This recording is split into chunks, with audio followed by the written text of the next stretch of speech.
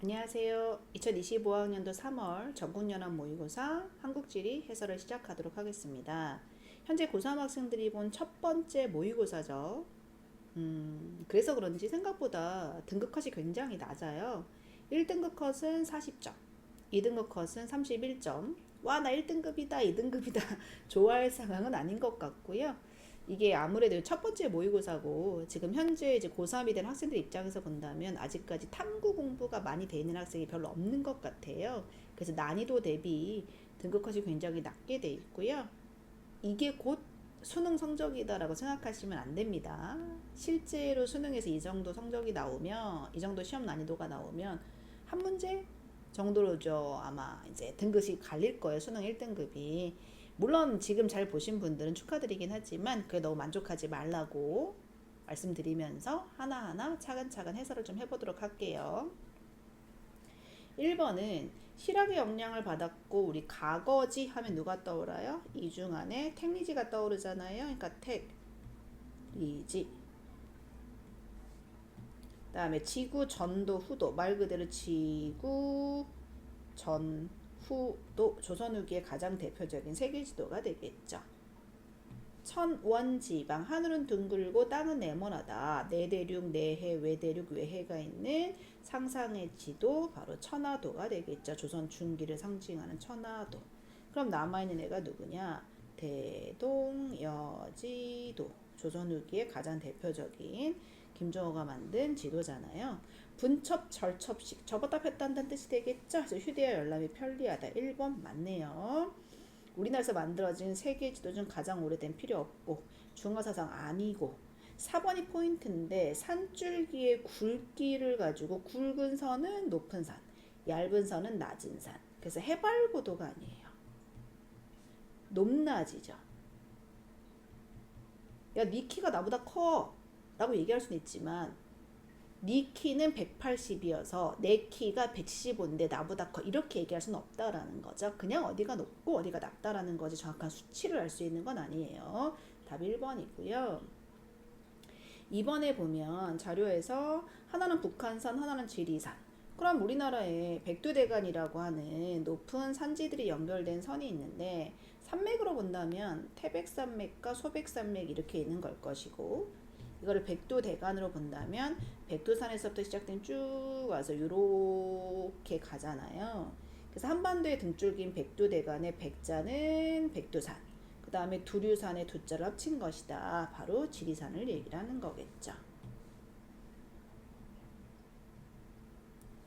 그 다음에 나는 당연히 서울에 있는 북한산을 얘기를 하게 됩니다.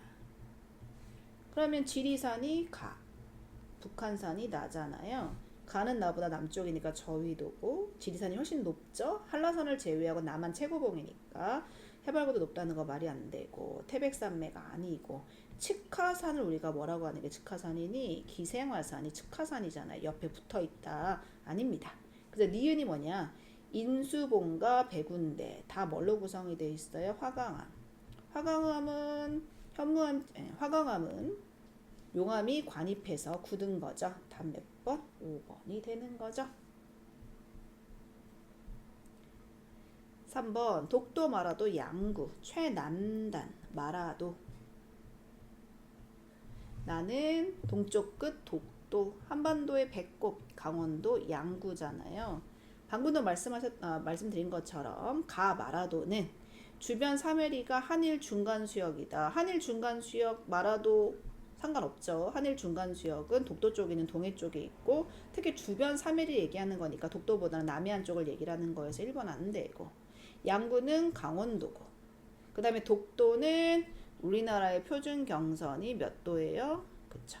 135도 동경이죠. 그러니까 가장 동쪽에 있겠죠? 답 3번. 다 양구가 북쪽이니까 최하를 평균 기온이 낮아야 될 것이고, 마라도, 독도는 모두 통상기상을 가지고 있죠. 답 3번입니다.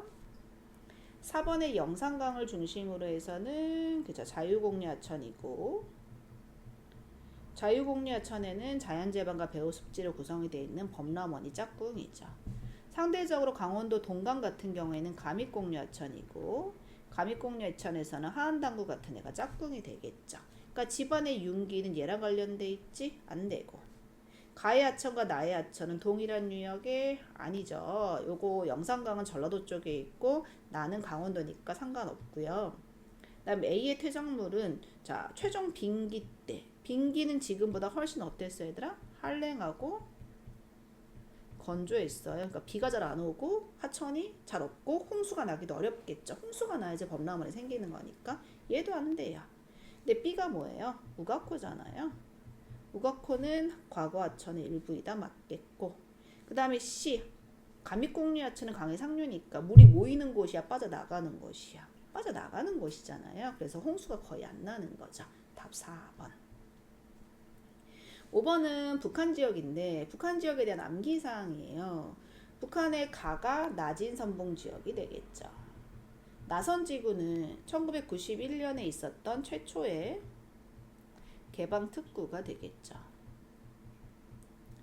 그 이후에 2002년에 나머지 지역이 좀 개방됐다 볼 수 있고요. 그럼 가는 경원선 철도. 경원선은 얘들아 말 그대로 서울에서 원산 가는 거잖아요. 요렇게 되는 거죠. 그래서 안 됩니다. 그 다음에 서해 관문은 어디에? 대동강 하구에. 평양이 있는 요쯤에 대동강 이렇게 돼야 되겠죠? 얘도 안 돼요. 그 다음에 라에는 북한에서 인구가 가장 많은 도시 바로 서울이 한강에 있다면 북한의 평양에는 대동강이 있겠죠? 정답 3번. 북한 최초의 경제특구 어디라고 얘들아? 가, 나선지구가 되겠죠. 근데 북한의 산맥을 보면 낭리, 함경, 마천력 이렇게 들어가게 됩니다. 그래서 나와 다는 모두 관북지방, 다는 택도 없죠. 관서지방에 들어가는 거니까 해당되지 않아서 정답 3번. 북한 지역 정리 안 되신 분, 북한의 개방 지역 정리 안 되신 분은 잘 해두시고요. 한국 지리도 지도를 정확하게 아시는 게 굉장히 중요해요. 보자마자 A는 어디겠다? 호남의 시작인 군산, 전라북도의 시작이죠. 상대적으로 B는 전라남도의 시작이고 굴비로도 유명하고 원전으로도 유명한 영광. 그 다음에 전남 도청에 있는 C가 무안, D가 전남 강진, 도자기로 유명했죠. E는 순천입니다. 여기에서 보니까 람사르 협약 순천만. 답 5번. 바로 넘어갈게요. 7번도 일단 위치를 알아야 되잖아요. 인제 가면 언제 오나? 인제, 강원도 인제, 첩첩 산중이죠. 대전 위에 있는 얘는 세종. 부산이 있고요. 김해 양산이 있고 옆에 있는 어디가 되겠어요? 얘는 창원시가 됩니다. 그러면 여기서 포인트가 우리나라에 와 있는 외국인은 이제 근로자가 굉장히 많은데 근로자로 오시는 분들이 일하려고 오는 거잖아요. 근데 가나다가 어딘지를 안 줬어요. 근데 봤더니 유소년층이 높다고 돼 있죠. 유소년층 하면 어디예요? 세종이죠. 왜냐하면 세종 행정중심 복합도시, 행복신도시가 만들어지면서 주로 이제 공무원 엄빠가 내려가시면 거기 이제 애들이 같이 내려가는 케이스가 되는 거니까 우리나라에서 유소년의 비율이 제일 높은 동네가 세종이에요. 그러니까 바로 다가 나오죠.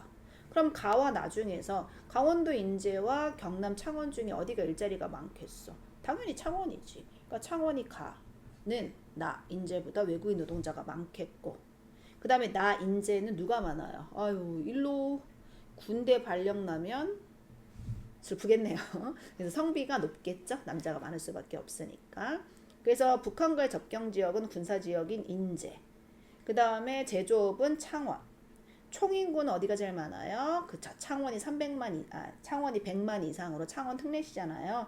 안 될 것이고 중위연령은 인제가 제일 높겠죠. 일단 위치를 알면 그 다음에는 그렇게 어렵지 않고 A는 서해니까 서해랑 남해가 다 옛날에는 뭐였어요 얘들아? 육지였죠? 그런데 A는 최종 빙기 때 육지와 연결되었다? 바로 다이렉트 1번. B는 튀어나와 있는 곳 침식받죠? C는 쏙 들어간 만인데 뭐가 있어요? 갯벌이 있는 거죠? B는 곳입니다. 안되고 D는 해안가니까 사빈 근데 동해니까 바다보다 높고 평탄한 해안 당구가 있는 거죠. 그러면 D는 항상 바다에 있는 거죠. 썰물 때만 해수면 위로 드러나는 건 갯벌이니까 안 되고 E는 하천의 퇴적 아닙니다. 과거에 파식대가 노출된 거죠. 그 다음에 C 갯벌은 뻘 D 사비는 모래니까 입자는 D가 더 커야 되겠죠. 지역 1번이었고요. 9번에 이게 면적이에요. 그럼 우리나라 농업의 가장 기본은 무조건 뭐겠어요, 얘들아? 벼농사죠. 그래서 얘가 지금 벼입니다. 그 다음 무조건 지금 잘 재배하지 않는 거는 맹류죠. 보리. 사실 맹류에는 보리도 있지만 밀도 들어가요. 그래서 여러분한테 채소랑 과일 가지고 헷갈릴까봐 지역을 준 거죠. 여기에 봤더니 여기에 경상북도와 제주도가 나와. 사과랑 귤이잖아요. 과수겠네요. 다가. 상대적으로 전남하고 경북이 우리나라 농업을 대표하는 동네거든요. 그러니까 전남이랑 경북인 거 가지고는 구분하기 사실 어려울 수도 있는데 강원도가 나와요. 고랭지, 채소. 그래서 자, 가는 벼야 면적 제일 넓어. 나는 강원도가 나오니까 채소야. 다는 경북과 제주가 나오니까 과수야. 라는 지금 많이 안 해. 맹류야. 이렇게 됩니다. 그러면 벼는 논이죠. 채소는 주요 곡물 아니죠. 곡물은 주로 쌀이니까. 구루가리는 서로 다른 농작물을 재배하는 거잖아요. 쌀의 구루가리로 옛날에 보리를 많이 심은 거잖아요. 다 아니고 다 과수는 라보다 전국 생산량이 많다. 우리나라에서 생산량 사실 제일 많은 애가 이제 누구예요? 채소가 됩니다. 그다음에 국내 자급률 보리 네, 맹류잖아. 맹류에서 우리가 밀은 어떻게 해요? 거의 전적으로 수입하잖아요. 대부분. 그래서 해당이 되기 어렵겠죠. 답 4번. 통계 문제가 연달아 나오네요. 10번. 통계 문제 때문에 좀 어려워서 아직 공부가 안 되는 상태에서 점수가 좀 낮았던 것 같아요. 근데 여기에서 종사자 수 출하액이 나오고 있는데 지역별로 봤을 때 우리나라 최대 공업지역은 경기도예요. 이거 경기입니다. 혹시 헷갈릴까봐 야 동그라미는 도야 라고 준 거잖아요. 그럼 경기도가 원탑. 그럼 남아있는 울산 광역시와 충남 도니까 헷갈릴까봐 준 거 아니야. 얘가 충남. 혼자 시인 다가 울산인 거겠죠. 그러면 경기도는 충남보다 지역 내 제조업 종사자 중에서 1차 금속 제조업이 차지하는 비율. 충남하면 여러분 머릿속에 누구 떠올라요?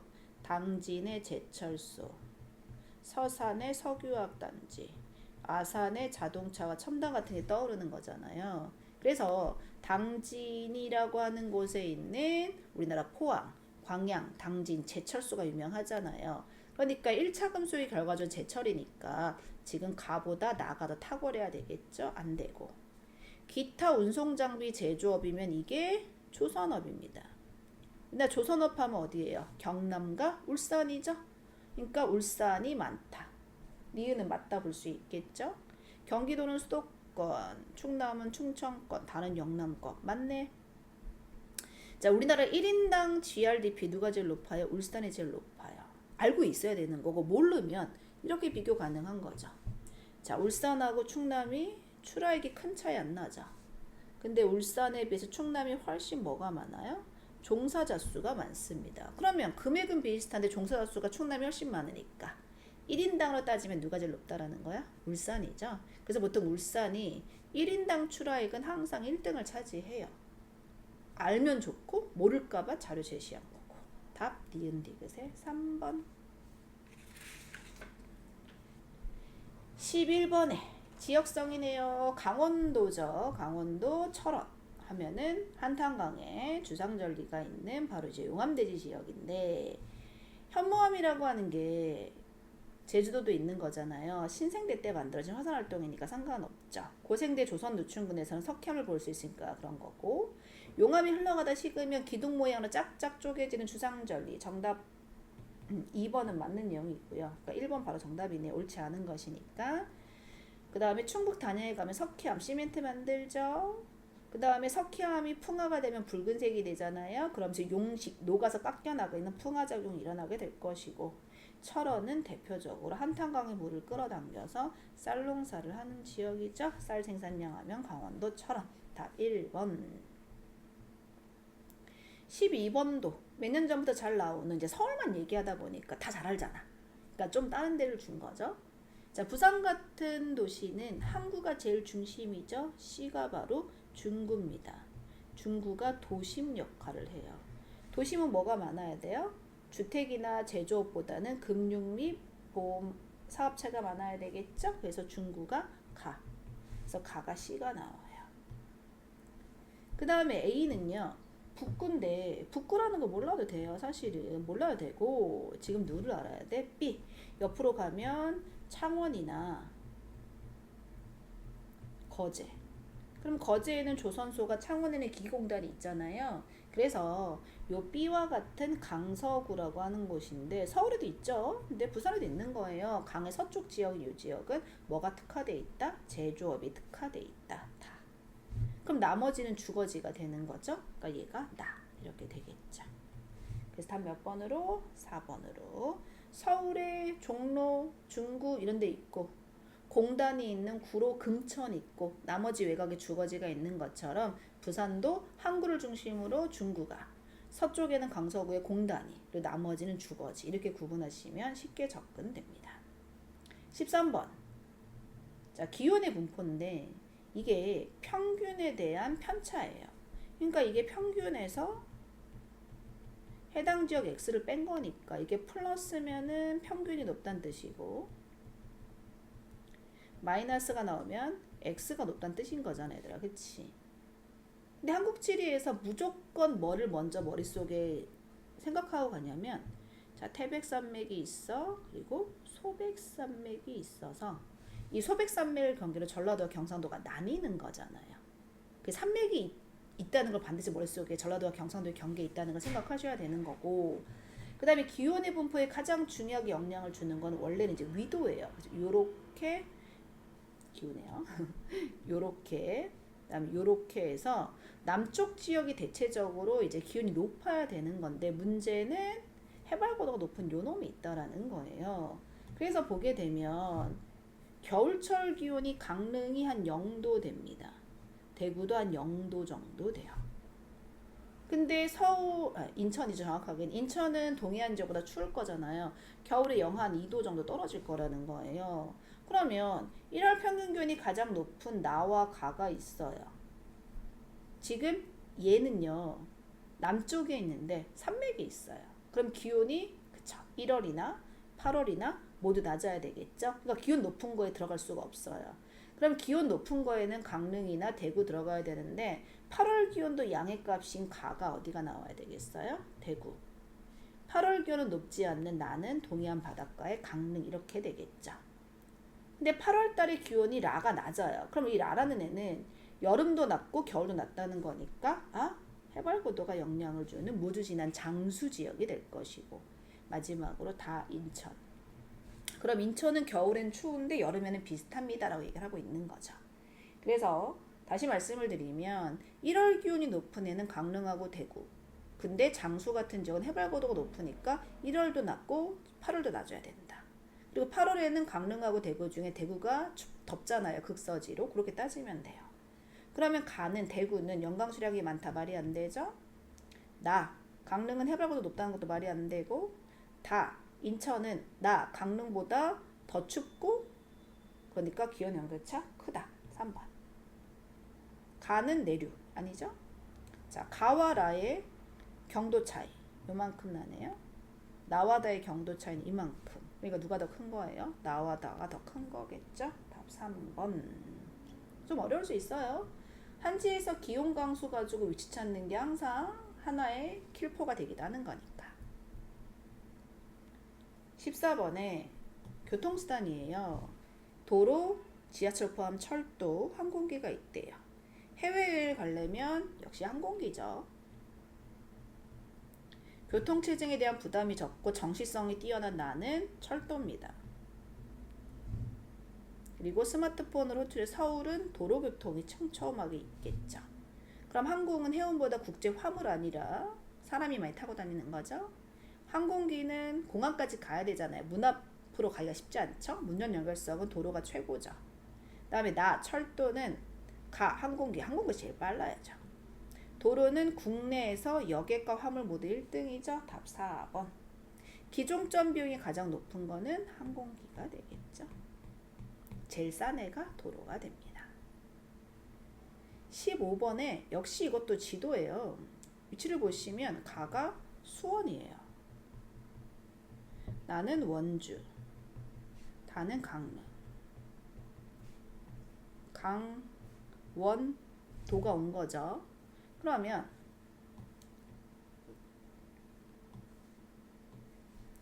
A는 수원만 해당한대요. 수원에 도청 있는 거 맞죠?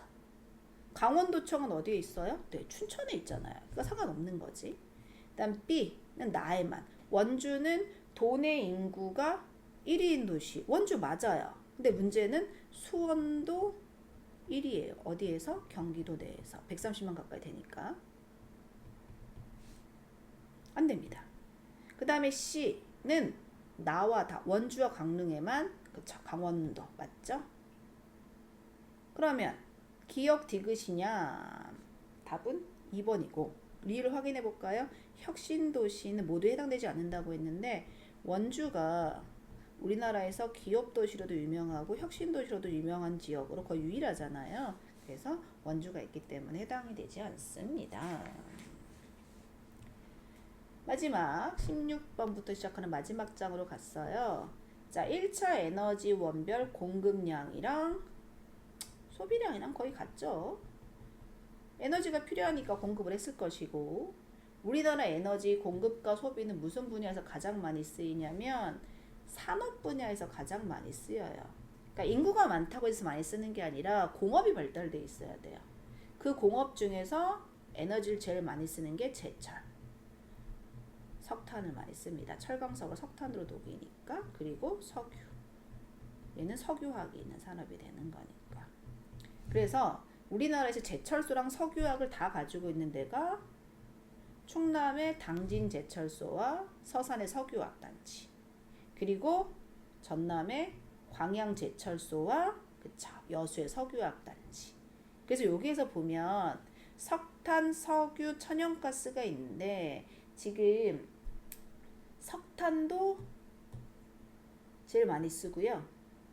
그 다음에 석탄은 가도 많이 쓰고 나도 많이 써요. 근데 이 나는요, 뭐도 많이 쓰냐면 석유도 많이 씁니다.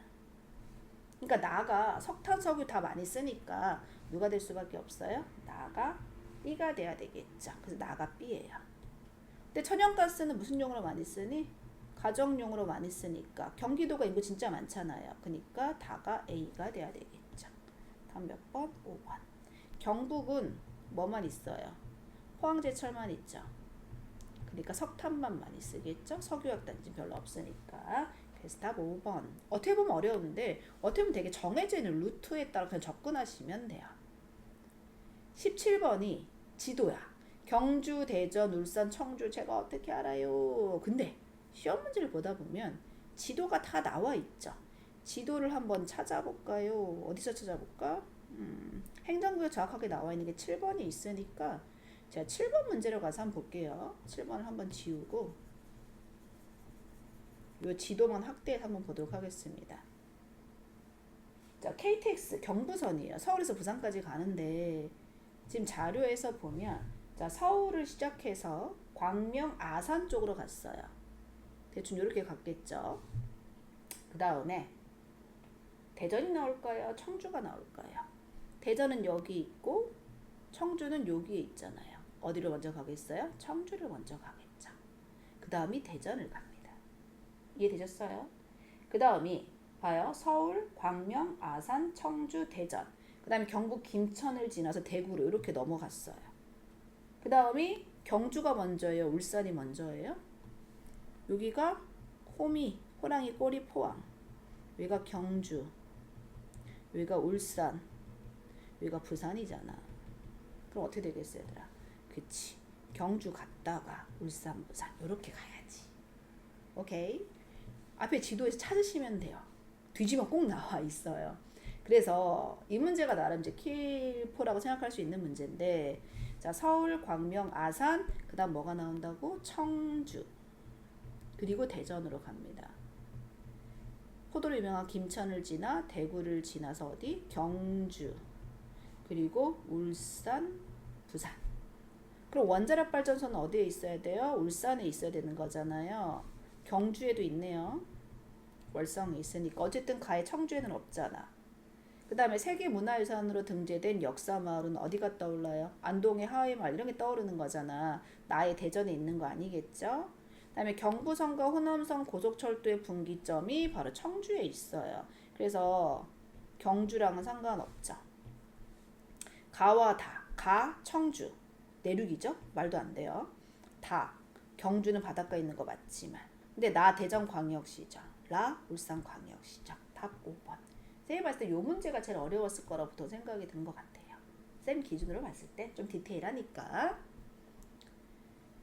18번에 이게 시간이 지나면서 김포 지역이죠. 도시화가 됐네요.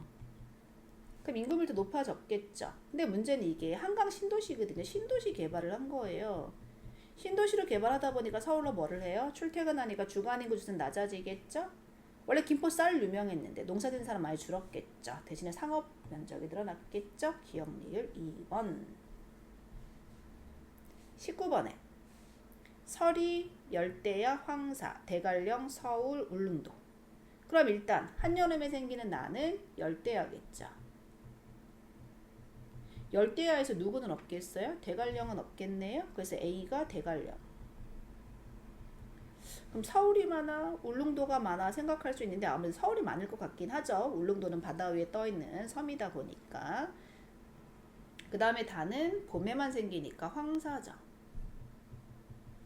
우리가 황사의 연평균 발생 일수를 생각해보면 며칠 정도 될 것 같아요? 물어보면 많은 학생들이 굉장히 길게 얘기하거든요. 막 30일, 2달 이렇게 얘기하는데 실제 우리나라 황사가 생기는 날수를 보면 한 7, 8일? 굉장히 적게 평가가 됩니다. 왜냐하면 기후현상이라는 건 오랜 시간 동안 생긴 거 이제 평균값을 낸 거기 때문에 그렇게 많이 수치가 높게 올라가는 경우는 없어요. 옛날에는 황사의 평균 발생 일수가 3, 4일이었는데 지금은 그나마 2배로 늘어났다 보시면 돼요. 사막화되고 막 하다 보니까. 그러면 자료에서 A가 대관령이고 그럼 서울하고 울릉도가 있으면 서울이 훨씬 많이 생기겠죠? 어디보다? 울릉도보다. 그리고 이제 여기 서리 일수를 따지면 서리는 추운 거니까 여름엔 올 리가 없고 지금 봄, 가을에 왜 서리가 새벽에 추워지면 딱이 살짝 어느 거 생길 수 있는 거잖아요. 그럼 서리는 역시 대관령이 제일 많겠고 그 다음에 서울, 울릉도는 거의 없는 거 확인되고 있는 거죠. 그럼 편서풍을 타고 우리나라 쪽으로 날아오는 건 황사니까 다. 발생하지 않는 기간, 서리가 생기지 않는 게 무상일수죠. 그쵸? 상관없겠고 봄에 발생한 일수 다. 울릉도가 서울보다 많다. 그렇지 않죠. 동쪽이다 보니까. 서리는 추운 거니까 냉방이 아니라 난방이죠. 그래서 우리나라에서 황사의 발생 일수는 굉장히 적고요. 가장 많이 발생하는 게 역시 서리예요. 서리 일수가 많은 대관령이 울릉도보다 당연히 기상의 총 발생 일수가 늘어나겠죠. 답 5번. 자, 마지막으로 20번인데요.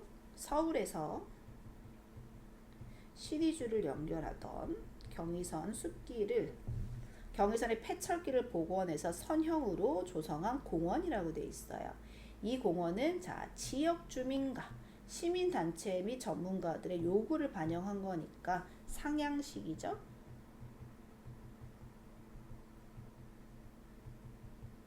그러면서 철거를 한 게 아니라 그 지역의 특성을 반영한 거잖아요. 철거 재개발의 대표적인 사례 안 되고 상향식이 되겠죠. 근데 문제는 이 지역에 경제가 활성화되면 여기 막 상가가 생기고 사람들 많이 생기니까 이 지역의 땅값 오르겠죠. 그 월세 막 오르고 원래 맨 처음부터 여기 살던 분들이 좀 떠날 수밖에 없겠죠. 그래서 젠트리피케이션이라고 하는 게 도심 재활성화인데 순작용도 있지만 뭐도 있는 거야? 부작용도 있는 거죠. 그래서 그 부작용의 임대료 상승 등으로 원주민들이 떠날 수밖에 없는 현상 맞는 거죠. 우리나라에서 아주 잘 생기는 현상이니까 최근에 강조되고 있습니다. 이렇게 2번. 그래서 아주 어려운 주제도 별로 없었고 기존에 나왔던 주제들이 반복됐다라고 보시면 돼요. 근데 지금 이제 고등학교 3학년에 처음 올라가신 분들은 기존에 별로 한국지리 모의고사 본 적이 없죠. 그래서 좀 생소할 수 있을 텐데 다시 한번 말씀드리지만 꾸준히 하시는 게 정말 중요하고요. 그리고 한국지리, 뭐 세계지리 같은 과목들은 개념을 아느냐 모느냐에 따라서 굉장히 공부를 이렇게 개념을 얼만큼 아느냐에 따라서 문제 푸는 능력 자체가 굉장히 좌우를 많이 받아요. 그러니까 개념은 조금 공부하고 문제풀이 많이 해야지 급하니까. 그렇게 하지 마시고 차근차근 개념을 다시 한번 정리하시면서 6평 등 다음 공부를 좀 준비하시는 게 좋을 것 같아요. 3월 교육청 해설은 여기까지 할게요. 수고했어요.